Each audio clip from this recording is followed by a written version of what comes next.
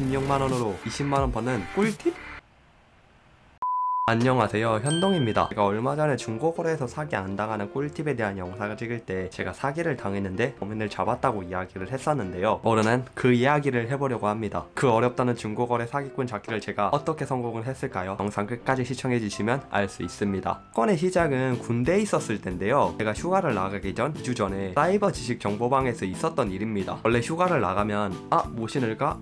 뭐 입을까? 이렇게 생각을 하잖아요. 그래서 저도 휴가 때 입을 옷을 찾고 있었고 그때도 번개장터를 보고 있었어요. 제가 그때 리그엔스 모노크롬이 16만원에 올라온 게 있는 거예요. 지금은 잘 안 신는 아이템이긴 하지만 2017년 당시 리그엔스 모노크롬이 꽤 인기가 있었고 그때 매물가로 30만원에서 40만원 정도 하고 그리고 상태가 좀 안 좋고 되게 싸게 파시는 분들이 한 20만원 중후반대에도 팔기도 했었습니다. 근데 딱 16만원에 올라와 있으니까 지금은 사실 말이 안 되는 가격이었잖아요. 엔드라이브를 보니까 그 당시 그 사기꾼과 캡처했던 대화 목록이 있더라고요. 그거를 한번 보여주면서 이야기를 하도록 하겠습니다. 명품입니다. 가품이랑은 퀄이 다릅니다. 군인이어서 돈은 있는데 입금이 불가능한 상황입니다. 이렇게 이야기를 했죠. 이 시간에 제가 4시 50분 이때 싸지방에 들어가 있었는데 그때 아마 제가 전투 휴무라고 일가를 안 하고 부대 안에서 쉴 수 있는 그런 게 있거든요. 제가 그때 아침부터 싸지방에 있었었습니다. 이렇게 계좌를 받고 그 친구 이름인데 그래서 제가 친구한테 전화를 했죠. 나 지금 이거 사고 싶은데 내가 2주 후에 휴가를 나간다. 내가 나가자마자 돈을 붙여줄 테니까 너가 이 판매자한테 입금 좀 해달라 부탁을 해가지고 판매자한테 친구 이름과 번호를 알려준 다음에 친구한테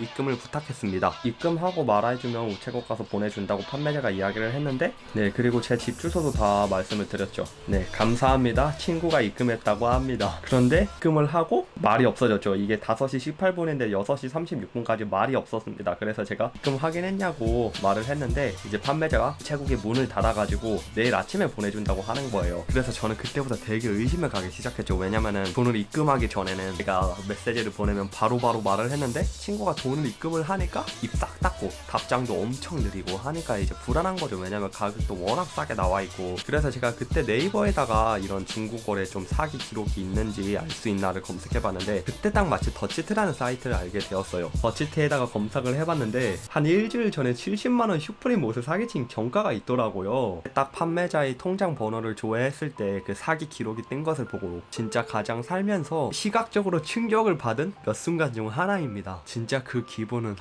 생각하고 싶지도 않네요. 어쨌든 그렇게 이야기를 하고 제가 또 짱구를 굴렸죠. 너무 뻔한 에피소드인데 삼촌이 이쪽 사이버 수사 계열에서 일하시는데 오늘 안에 제 입금 안 해주시면 바로 신고하겠습니다. 이렇게 말도 안 되는 무서운 척을 했고 그래서 제가 그냥 다시 입금을 부탁드렸죠. 그런데 내일 보내주겠다고 하니까 아니 키키 내일 보내드릴까요? 이렇게 되게 신경질적으로 이야기를 하더라고요. 일중이요 하고 그냥 계좌 주세요 이렇게 하는 거예요. 그래서 나이 좀 폐기에 눌려가지고 얘가 그냥 다시 입금을 하려고 하는 건가 생각을 했는데 네, 아침까지 입금한다고 했습니다. 네, 그래서 이렇게 대화를 이어나갔죠. 박대식에 대해 신고한 정보가 있더라고. 근데 박대식이라는 이름이 어차피 가명이어가지고 그런 거 있죠. 명예훼손 이런 거에는 걸리지 않습니다. 왜냐면 이거 가짜 이름이에요. 박대식이라는 이름이. 그리고 이제 그 이후부터는 아침까지 입금을 해달린다 하고 네, 잠수를 탔습니다. 이제 제가 또 계속 번개 톡을 보냈죠. 삼촌이 사이버 계열 쪽에서 일하신다고 말도 안 되는 또 이제 센 척을 했지만 생 무시를 당하고 그리고 대화는 끝났습니다. 아마 저를 차단했던 걸로 기억하고 있어요. 그래서 저는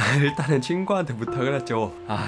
야, 나 사기당했다. 그래가지고 일단 친구한테 부탁을 해가지고 제가 사기를 당하긴 한데 친구의 계좌번호로 돈을 입금을 했고 그리고 사실 제가 그때 군대에 있었을 때라서 이쪽 경찰서에 가서 신고를 하기도 어려운 상황이었고 일단 부대 안에 있으니까 뭐 어떻게 제가 할 수 있는 부분이 아예 없더라고요. 그래서 저는 친구한테 부탁을 했죠. 너가 가서 경찰서에 신고 좀 해주라. 미안하다. 그렇게 해서 일단 친구는 경찰서에 가가지고 사이버 수사대 신고를 해가지고 그래서 거기 가서 대충 이야기를 들어보니까 이게 대포 통장과 대포 폰이더라고요. 사실 잡기가 되게 힘들죠. 명의가 아예 다른 사람이다 보니까 경찰 측에서 만약에 잡게 되면 연락을 주신다고 했는데 이게 2010월 23일인데 그때 친구가 이때쯤에 신고를 했으니까 한 3개월 정도는 이제 감감무소식이었습니다. 그리고 제가 2018년 1월에 이제 말출을 나가야 때쯤이 됐는데 친구한테 연락이 왔어요. 경찰서에서 연락이 왔다. 사기꾼이 잡혔다. 이야기를 들어보니까 그 사기꾼이 사기 건수를 30건 이상을 쳤고 사기를 하도 많이 치다 보니까 금액이 점점 커지면서 총합 2천만 원이 넘는 금액까지 사기를 쳤다고 합니다. 대포 통장이 잡기는 어려웠지만 꼬리가 되게 길어지다 보니까 결국 그 사기꾼이 잡히게 된 거죠. 나이는 20대 초반이었고 그래서 그 판매자가 감옥에 가게 되어가지고 합의를 봐야 될 거 아니에요. 어떻게 해야 될지. 그래서 경찰에서 그 친구한테 판매자의 어머니분 번호를 주셨습니다. 그 친구가 저희 대학교 동아리 친구인데 그래서 제가 말출을 그때 나왔는데 동아리방에서 이제 전화를 하기로 했죠. 그래서 그때 제 친구가 판매자분 어머니한테 전화를 해가지고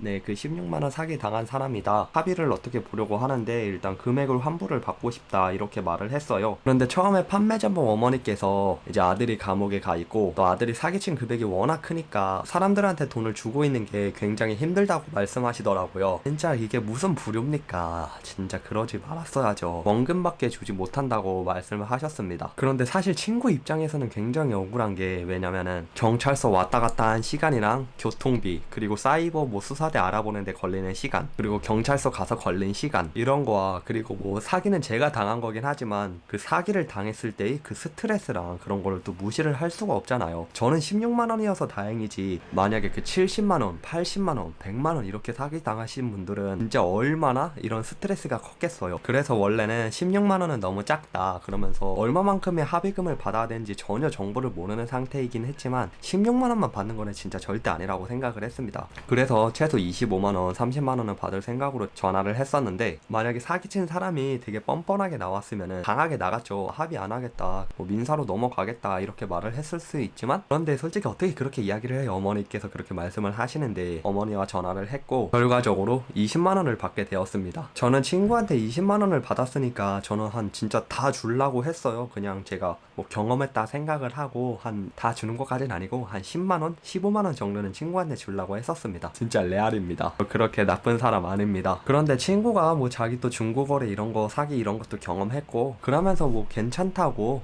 원래 사기당한 원금까지 내가 받을 필요는 없다면서 그냥 4만 원만 달라고 하더라고요. 그래서 저는 원래는 10만 원 넘게 진짜로 주려고 했지만 그 친구가 정말로 괜찮다고 해가지고 결국 4만 원을 친구한테 주고 저는 다시 16만 원을 가져가게 되었습니다. 아주 착한 친구입니다. 제 영상에도 몇 번 나왔었어요. 이 영상에도 나왔습니다. 어쨌든 결과적으로 16만 원을 사기 당해서 20만 원을 받기는 했지만 저는 이게 되게 어쨌든 운이 좋은 케이스라고 생각을 해요. 왜냐면은 대포폰 대포통장 같은 경우에는 잡는 경우도 굉장히 희박하기도 하고 그 사람이 꼬리가 길어서 잡힌 거지 만약에 땅이 사기치고 빠졌으면은 잡기가 더 힘들었을 수도 있습니다. 그리고 16만 원이라는 금액이 뭐 작은 금액은 아니지만 상대적으로 100만 원, 200만 원, 300만 원 넘어가는 금액보다는 적은 편이기 때문에 그래서 그렇게 큰 돈이 아니어가지고 더 쉽게 금액 환불을 받을 수 있었던 것 같아요. 그리고 사실 16만 원을 사기를 당해서 20만 원을 벌었다고 이야기를 했는데 사실 번 게 아니에요. 왜냐면은 그래도 저는 솔직히 친구가 어느 정도 이런 처리 과정을 대부분 해줬잖아요. 제가 군대에 안 있었으면은 제가 또 경찰서에 가서 정보 알아보고 신고하고 이런 되게 처리 시간 같은 것도 많이 걸렸을 거 아니에요. 그런 거에서 오는 스트레스랑 걸리는 시간이랑 그런 것까지 다 종합을 하면은 4만 원만 받은 거는 솔직히 저한테는 더